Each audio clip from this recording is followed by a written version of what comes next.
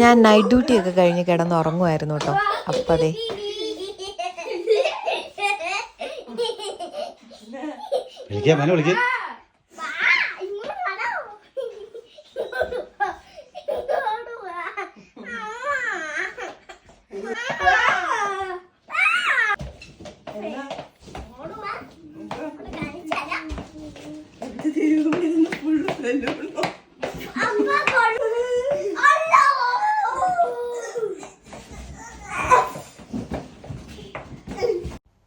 അപ്പനും മക്കളും കൂടെ അതേ ടേബിളൊക്കെ സെറ്റ് ചെയ്ത് ബർത്ത്ഡേ കേക്ക് മേടിച്ച് കാർഡൊക്കെ മേടിച്ച് വെച്ചിട്ടുണ്ടായിരുന്നു എനിക്ക് വേണ്ടിയിട്ട് ആ സമയം കൊണ്ട്.